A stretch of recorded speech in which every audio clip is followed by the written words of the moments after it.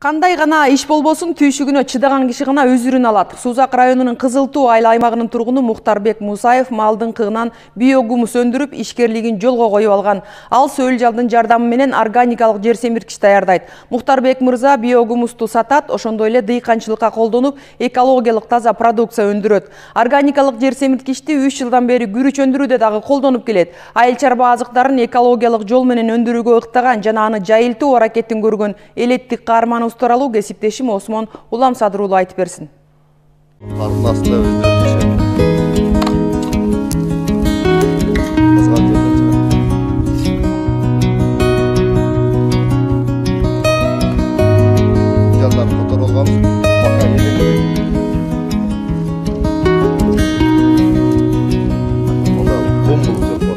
Мухтарбек Мусаев малдын кыгынан биогумус өндүрүүнү 6 жыл мурун баштаган. Алгач 700-800 грамм сөл жан сатып алып, 1 чарчы метрде кармаган. Акырындык менен сөл жанын санын көбөйтүп, кыктан чоң көлөмдөгү органикалык жер семирткичти өндүрүүгө өткөн. Ушул тапта атайын кампасында 10 тоннадай биогумус сакталып турат. Сурап келген кардарларга тоннасын 20 000 сомдон сатат.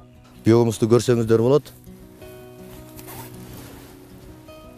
Бул эленбегени жит жок, өтө майда кылып жеп койгон. Бул эленбегени.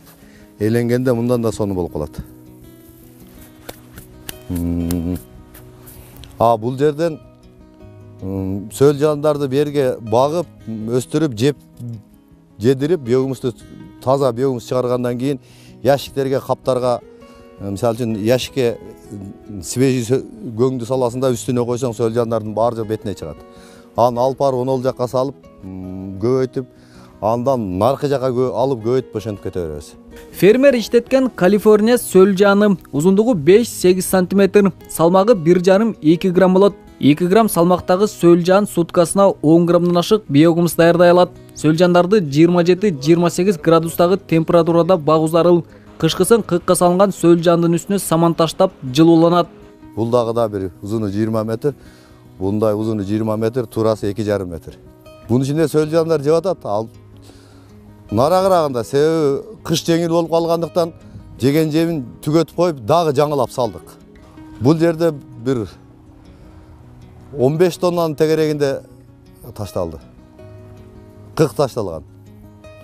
Эми бул 10 тонна кыктан 6 тонна биогумус чыгат. 60%. 10% сөл жыланы көбөйөт. Калганы жок болот. Буну эми багып өстүрүүнүн жолдорун айтып кетсем, бул мал чарбасында эле оңой эле нерсе болот. 7 күндө бир суу кыйлат, бир 10-15 мүнөттүк убакыт кетет. 1 айда бир жем берилет. Объем чоң болсо 1 күн, болбосо жарым күндө бүтө турган нерсе. Мухтарбек мырза бул ишкерликти өнүктүрүү үчүн айылынан өнөктөш таап, биргеликте 18 сотук аянтка сөл жан кармап баштаган. Өткөн жылдын июнь айында бул жерге 50 тонна кык ташталган. Фермердин айтымында сөл жандар кыктын 80%-ын иштеп чыгарды. Норма боюнча 1 чарчы метрде 5000 дана сөл жан болушу керек. Мисалы азыр мына жер карды алабыз. Кардын астын карайсың экен. Кардын астында деле ушундай иштеп атышат сөл жандар. Методу мындайда, биринчи баштаганда 10-15 см салабыз, сөл жанды кое беребиз. Сөл жандар астынан өйдө көздөп жейт. Астынан өйдө көздөп жейт. Бетине чыкканда кумдай кылып, жана мен биогумусту көрсөттүм го, ошондой кылып майдалап коет. Анан ошол мезгилде бетиндеги пакалын алып салып туруп, үстүнө дагы 10-15 см салып суу беребиз. Аны жеп бүткөндө дагы үстүнө ошентип ушундай бийиктикке чейин келе берет. Бул жумушту любой адам жасап кетсе болот. Кыргызстандын ар бир жараны кылса болот. Кыргызстанда эмне көп? Кыргызстанда мал көп. Буну эми айыл жеринде иш жок дегендерге ушуну айтсак болот да. Кыкты алып, сөл жанды алса, мына иш бар экен. Оор иш эмес. Ар бир адам кылса болот. Чөнтөккө тапайда, жашылча, жемиш, эгиндерге дагы азот сатып алгыча бекер болуп атат. Аны сатсаң, жеген адамда ден соолугу таза болот бул жагынан. Айландырып келип, бардыгы жагынан пайда болуп атат. Бунда корко турган эчтеке жок да. Малдын кыгы, жуулган малдын кыгы, сөл жылан. 7 күндө бир суу чачып койсо, мисалы суу чачканга 10 мүнөт убакыт кетет. 1 айда жем берсе, 1 күн убакыт кетет. Кыкты эми өзүбүздүн малдардын алып келебиз, анан айылдан алып келебиз. кыкты топтойбуз. Ошо 1-2 баланы ошо жумуш менен камсыз кылабыз, акчасын беребиз. Ошо балдар өздөрү алып келет, кандай кылып алып келишти, кандай жуушту, кандай беришти, бардыгын үйрөтүп койгонбуз. Эми жөн эле да, мисалы үчүн 10 тоннага түшсөң сөл жыланга жедирсең, 6 тонна биогумус болсо, 20 сомдон сатсаң 120 микен. Эгер сөл жылан көп боло турган болсо, бир камазды 20 күндө жеп коет. Бул эми алдын ала ушу сөл жыландар ачка калбасын деп кыктарды заготовка кылып коебуз. Качан булар биогумусту таза жеп бетине чыккандан кийин бул кыкты портерге жүктөйбүз дагы, үстүнө добавка кылабыз 10 сантиметрден. Үстүндө жабылып турган пакалын алабыз, үстүнө портер менен эле кирип 10 сантиметрден добавка кылабыз. Аны жегенден дагы үстүнө 10 сантиметрден добавка кылып кетебиз. Анан эми Мухтар деген аябай аракети күчтүү, баягы тиригилик кылсам, турмушту жакшы жашасам, бала чакка эл үчүн кызмат кылсам деген бир активный жигиттерибизден да. Анан бул жигит 2020-жылы мага сөл жылан өстүрүп атам, Мелис ака, ушу сөл жыланды деме кылып алып иштетсеңиз болот деп анан мени аябай кызыктырды. Анан мен Мухтардан 80 миң сомго сөл жылан сатып алдым. Сөл жылан сатып алып, өзүмө үйүмө барып өндүрдүм. Азыр менде бир 100 тоннадай биогумус чыгарып, ал жерде сөл жыландар бар. Анан 2021-жылы июнь айында Мухтар экөөбүз ушул жерге бирге алып келип, ушундай кылып көңдөрдү төгүп, мен үйүмдөгү сөл жыландарды алып келип салып, анан бул ишти баштадык.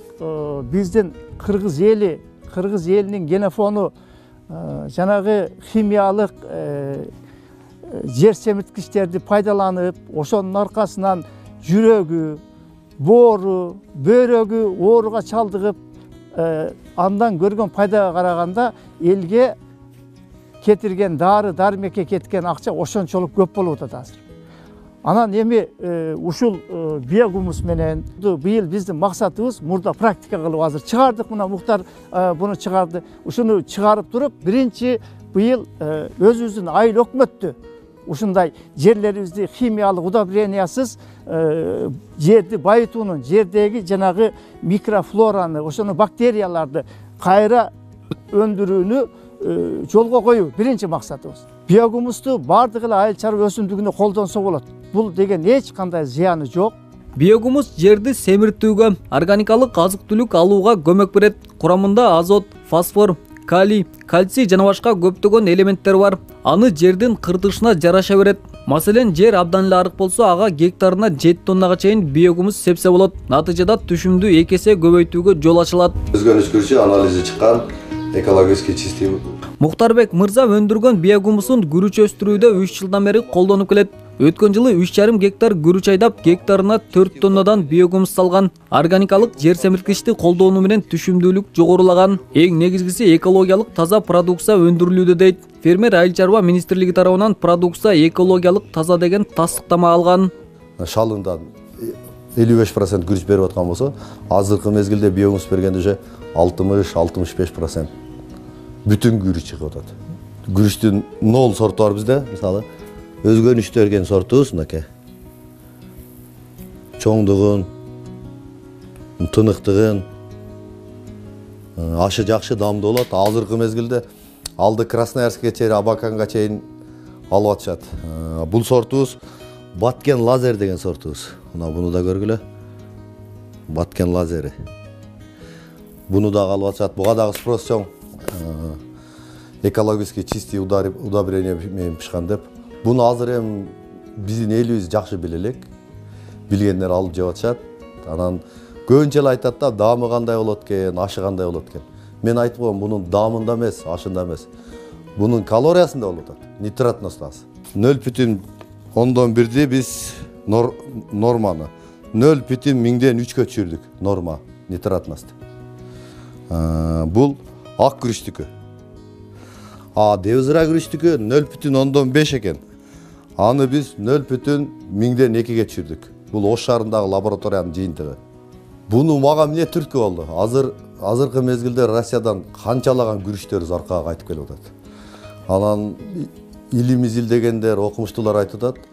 Боор оорунун, бөйрөк оорунун, жанагы ичеги карын ооруларынын көп себептери ушу азоттун нормасын көп кошпой койгондон деп айтып жатат. Тастыктап атат да илим изилдөөчүлөр. Анан ошондон түрткү болду да, аз болсо дагы сазыраак кылып элге сатсак.